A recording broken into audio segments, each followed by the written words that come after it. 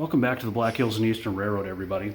Today we're taking a look at my SD40-2B that I custom built and decorated for Burlington Northern's 7502 about 15 years ago.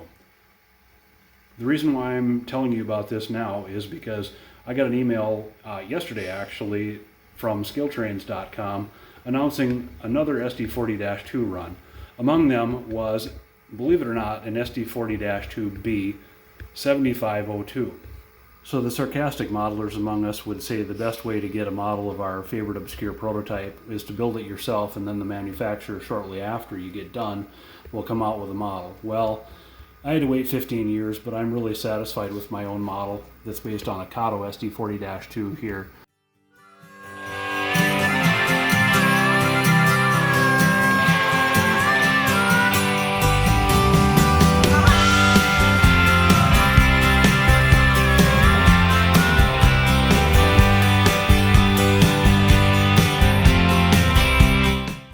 Look through my photo archives, and surprisingly enough, I couldn't find any pictures. I didn't even take any pictures of this model after I finished it. Usually I take some pictures to document the project a little bit, like I did in that SD40 video. I had pictures. I didn't necessarily take pictures with the intent of posting them on YouTube, but I did find still pictures to use of the project. I could find none of these pictures on this project, and like I said, I couldn't even find pictures of the finished model. So this is being seen for the first time, really, unless I ran at the club back in the day, 15 or 12 years ago, not sure. But we'll take a look at the model, and you can see what I did. So before I get this project walkaround started, I'm going to give a shout out to Shane Wilson and his crew at ScaleTrains.com, and for the work that they've been doing, and specifically this announcement for this SD40-2B that they put out with the latest run of SD40-2s. They're killing it. If you ever have a chance to go and hear Shane talk, he's doing an amazing job. His story is amazing as a small business story, and to the modeler's perspective, it's a very compelling story. I hope you have a chance to go and see him speak. But my model here, I built this 15 years ago out of a stock Kato SD40-2, and I'm not going to go into a lot of detail here, but Poly S green, Poly S engine black, and of course microscale decals, Burlington Northern set. Most of this is, like I said, stock Kato. Obviously the dynamic brake hatch on the front end here that I made it onto styrene and Canon Company parts for the doors and for the long hood here.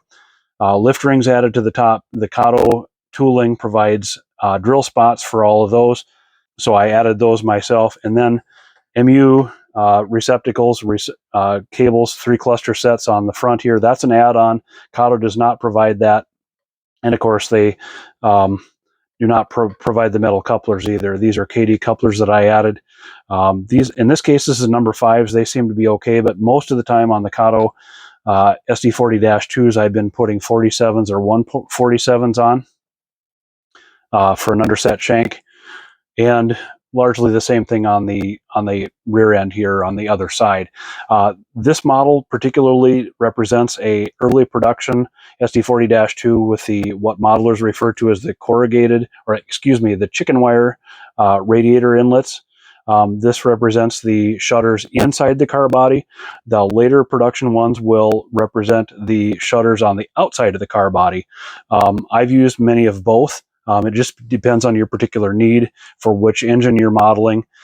72 through, I'm not sure, probably about 76, 78, 79, something like that. They use this style of radiator inlet, and then you'll see them switch over to the corrugated style in the later production years. And then, of course, the very most recent SD40-2s, you'll see a different radiator style fan here on top. You'll see the Q fans, I believe, post 1980 or so.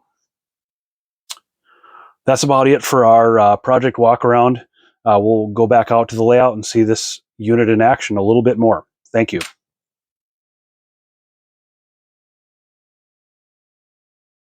Here we see the 7502 working to switch freight off of the north end of the Sioux City yard on my Black Hills and Eastern Railroad. The 6321 is an SD40 that was originally made by Kato and painted by me some years ago. And the 2114 is a GB38AC that was built by Atlas as part of their master line. I did a troubleshooting video on the DCC decoder in that one some time ago. I'll link to that in the description if you're interested. All three of these units have been custom painted by me, and the SD40-2B, of course, is being described in this video.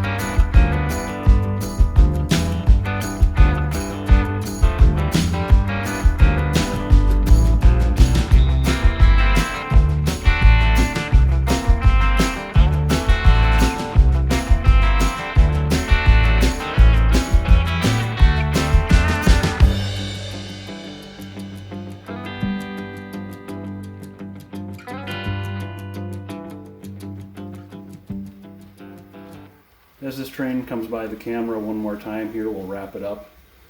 We hope you liked the video. If so, hit that like button, subscribe for more, and we'll see you on the next one.